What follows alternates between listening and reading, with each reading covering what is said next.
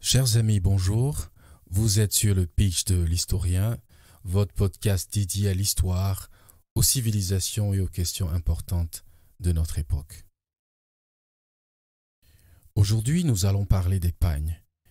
Nous allons notamment parler des pagnes wax et fancy. Bon nombre de personnes en Afrique, que ce soit des érudits ou des intellectuels, croient à tort ou à raison que ces morceaux d'étoffe sont des produits purement africains. L'on peut dire ici que ceci est le résultat d'un coup bien réussi par les Européens. Européens qui ne proviennent pas forcément des milieux des arts ni de la culture. Par ce morceau d'étoffe, les Européens ont réussi à entrer dans l'esprit de l'Africain vivant en Afrique occidentale, au point de l'amener à faire corps avec un produit purement commercial. La fusion avec ce produit est tellement réussie que l'Africain croit en être l'inventeur et en a fait un produit issu de la culture africaine. Mais essayons de remonter ensemble l'aiguille du temps pour en situer un peu les origines et aussi lever le voile du pagne dans l'esprit de chaque Africain. Quoique la première utilisation du mot pagne ait été attribuée à Alexis de Saint-Lô en 1637, Alexis de Saint-Lô avait déjà utilisé précisément le mot peigne, P-E-I-G-N-E, en ancien français, dans son ouvrage intitulé « Relations du voyage au Cap-Vert » pour décrire des morceaux d'étoffe portés par ces populations nouvelles qu'il rencontrait. Ce mot a bien sûr évolué dans son écriture et sa prononciation actuelle en 1691 avec la Loubert dans ses écrits sur son voyage de Siam, dans lequel il a utilisé le mot pagne, vraisemblablement emprunté à l'espagnol paño, qui signifie un pan de tissu, du latin panus, morceau d'étoffe. C'est donc ce morceau d'étoffe qui n'est pas complètement étranger à l'Africain qui fait l'objet de notre podcast aujourd'hui.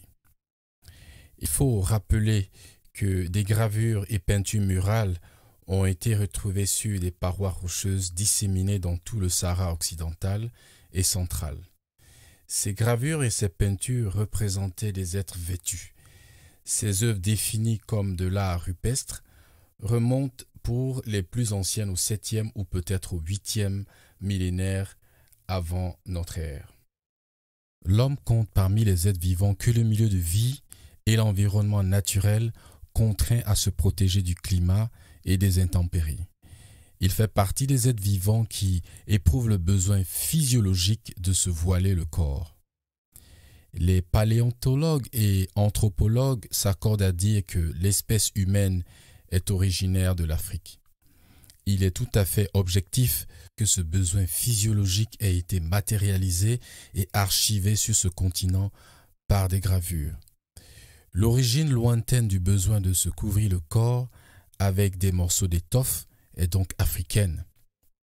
De nombreuses organisations et sociétés traditionnelles plus ou moins anciennes se sont organisées autour de ces modes et manières de se couvrir le corps typiquement africains.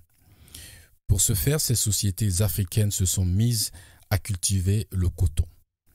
Elles ont maîtrisé les techniques de tissage de la fibre sur des métiers à tisser rudimentaires.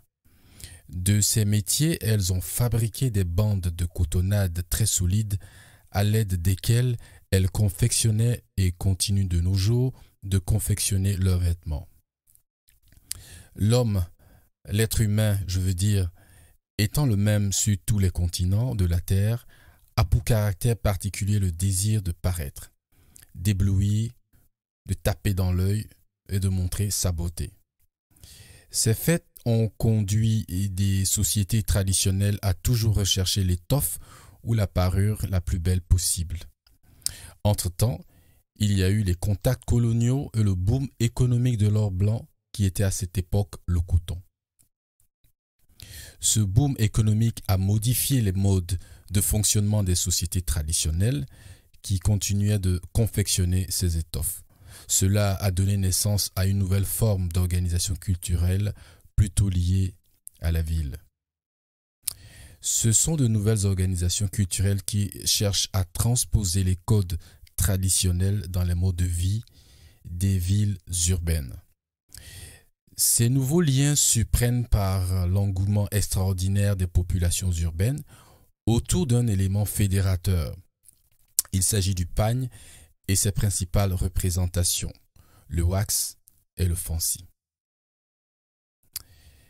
Ce fait est si spectaculaire que les pagnes wax et fancy dominent la culture africaine au point de faire disparaître l'authentique tradition du pagne africain. Nous allons commencer par parler du wax. Le wax, dont le nom signifie cire en anglais, est plus une technique d'utilisation de la cire sur une surface textile qu'un tissu ou une étoffe. Cette technique était originellement produite par les Indonésiens. La surface textile sur laquelle est appliquée cette technique de cire a été standardisée par ces derniers. Cette standardisation a pris de la valeur grâce aux motifs dessinés. La technique de l'utilisation de la cire permet de les rendre indélébiles et de ce fait accentue la reproduction de ces motifs sur des supports textiles servant d'étoffe. Ces morceaux d'étoffe exotiques ont attiré la curiosité des premiers explorateurs européens qui les ont découverts en Indonésie. Cette production destinée aux Indonésiens à l'origine a été réorientée vers le marché ouest-africain vers 1830. Merci d'avoir suivi notre première partie consacrée au pagne. À bientôt.